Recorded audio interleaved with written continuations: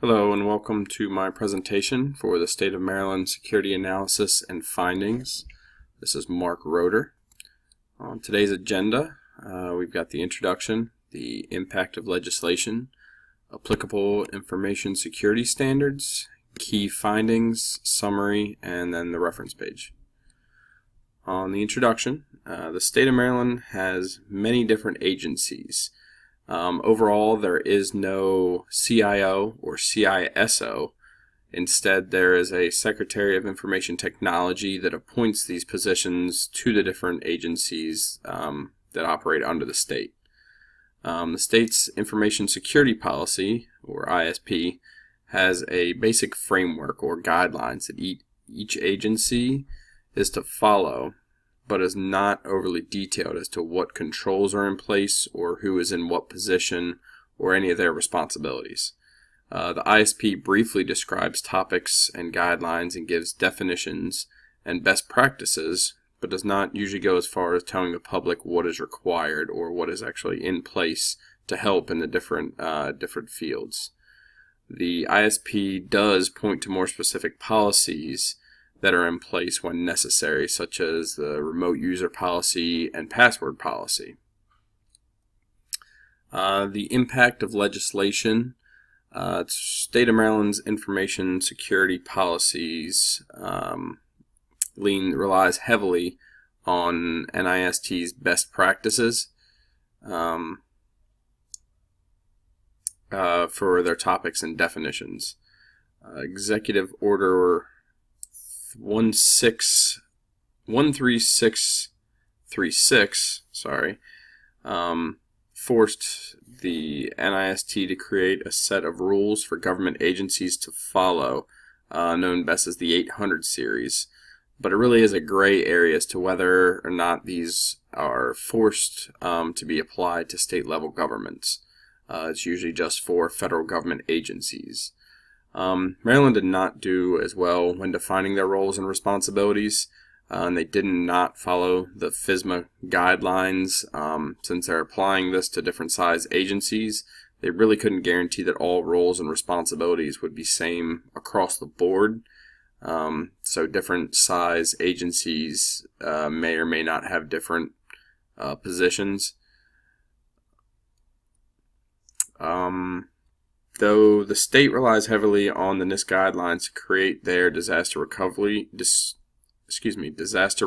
plan, since it's mandatory, but they completely failed to compose any kind of a business continuity plan. The DRP was constructed to maintain the triad of confidentiality, integrity, and availability within the information systems. NIST has an 8-step process, and the state did very well to address each step and how each agency should go about creating their own DRP. A DRP is created in case of a disaster, in case it takes out any infrastructure, whether physical or otherwise. All programs and agencies are prioritized for the DRP and under what circumstances the DRP should actually be enacted. All information systems need to have some kind of a system to mitigate their risk. The state's policy is aligned with the Cybersecurity Act of 2012, which allows the use of commercial off-the-shelf products, which not only lowers costs, but also makes most projects much more scalable to their need. Though a risk management process is used within the state, it is not published, and the responsibility of each agency to create and manage their own risks. So what they need is a standard risk mitigation policy. Risk management is not about risk management is about mitigating the risk to an acceptable level, not eliminating completely, as that would not be possible in most cases without having all systems completely disconnected from the internet. Though cloud computing is the future of business, and NIST already has some guidelines in place for government agencies to use it, the state hasn't publicly explored too many options with cloud solutions so far.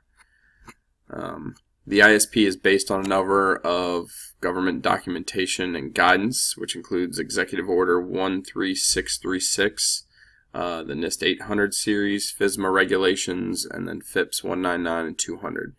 and go more into depth with those in 1 second. The International Organization for Standardization, Standard 27002, has many overlapping topics to Federal Information Processing Standards, or FIPS 200 document that I spoke about earlier.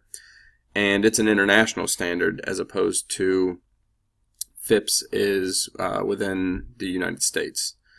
It's used as a baseline for many organizations to create information security management systems and in turn information security policies to be used within an organization or agency.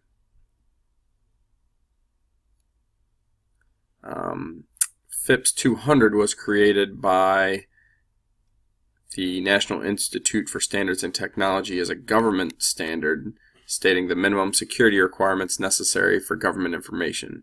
It has security measures and controls that are required within in decent detail as well. It identifies NIST 800 TAC 53 as another reference for more in-depth information if it's required.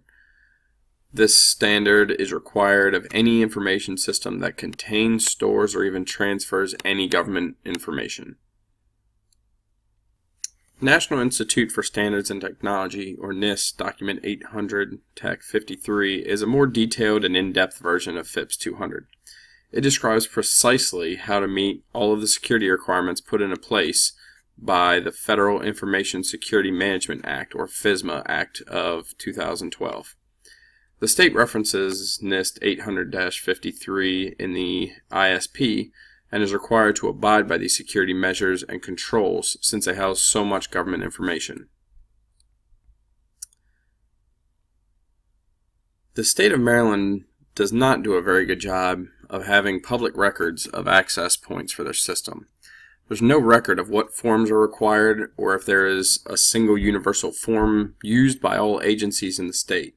There's no record of standard training that may be required for all employees or certain management levels, nothing about who is allowed to have access to the system, and nothing about contractors that may need temporary access at some point, but not necessarily permanent access. If all of this is left up to the specific agency, there could be a lot of confusion, and this could be a key point to harden in the near future to avoid any possible breaches. Another deficiency that was found in the ISP was that even though training is addressed and it's stated how important it is, nothing more is in the policy. There's a definite lack of detail in stating there is a standard training for all employees, management, and if there is a separate training or certification required for IT professionals.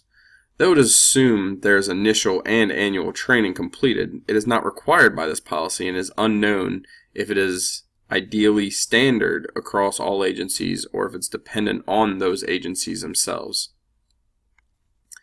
The state has taken the required steps towards proper contingency planning, but not all of the steps. There is a disaster recovery plan and is included in the change management plan requiring the DRP to be updated regularly, which is ideal, but the lack of a business continuity plan is huge and has plans in place for different types of situations. Also, there are no details on the DRP such as the location or locations or roles that personnel are to take in case of a disaster. As with most other parts of the ISP, it leaves this up to the agency, giving them enough leeway to really get themselves into trouble. The state's actual DRP is not public, it's just mentioned that it does exist. Proper access controls are another mixed bag within the state's policies. They are separate policies for remote access and passwords, but no other specifics were found.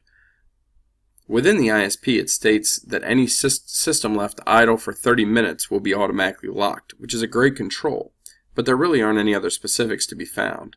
There's no mention of the right of least privilege anywhere, and besides definitions of the access controls, the ISP does not state how any of the controls come into play.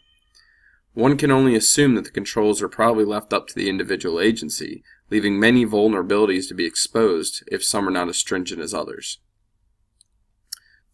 There's still a lot of work to do for the state. With each agency having so much control over their own system and not at least a baseline to work from, it leaves far too much chance that a small agency will take the same precautions as one of the larger ones.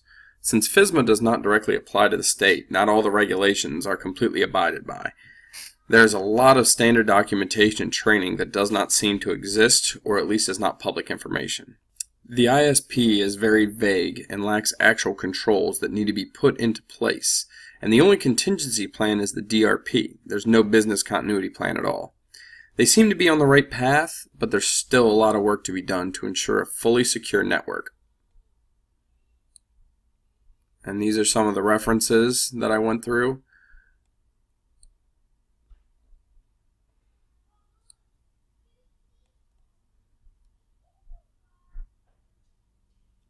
Thank you very much for your time.